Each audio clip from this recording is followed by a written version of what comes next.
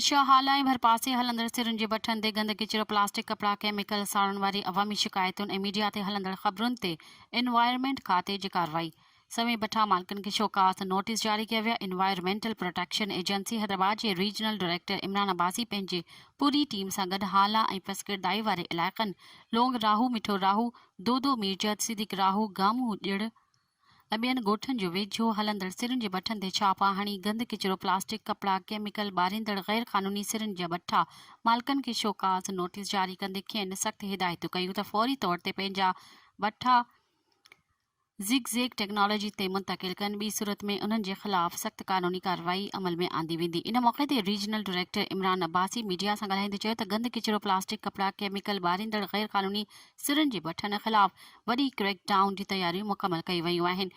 पहिरें मरहले में खेनि शोकास नोटिस जारी कया विया आहिनि। ॿिए मरहले में उन्हनि जे ख़िलाफ़ सख़्त क़ानूनी कार्रवाई अमल में आंदी वेंदी। हुन चयो त शहरी तोड़ी ॻोठाणी आबादी जे वेझो क़ाइम सिरुनि जे बठनि खे डाहे पट कयो वेंदो। बठा मालिक केतिरा बि बासर हुजनि उन्हनि जे ख़िलाफ़ बिना के फ़र्क़ जे कार्रवाई कई वेंदी। इंसानी जाननि खां वधीक ॿी का बि शइ न आहे। इन मौक़े ते इलाइक़े जे समाजी अॻवाननि अली हसन राहू, कमर ज़मान राहू, अशरफ राहू ऐं ॿियनि सिरुनि जे बठनि बाबति रीजनल डायरेक्टर खे लिखत में शिकायतूं पिण ॾिनियूं। मज़ीद ख़बरनि ऐं तफ़सीलात लाइ विज़िट कयो असांजी वेबसाइट www.awamiNewsHD.com ऐं ॾिसंदा रहो अवामी न्यूज़ HD।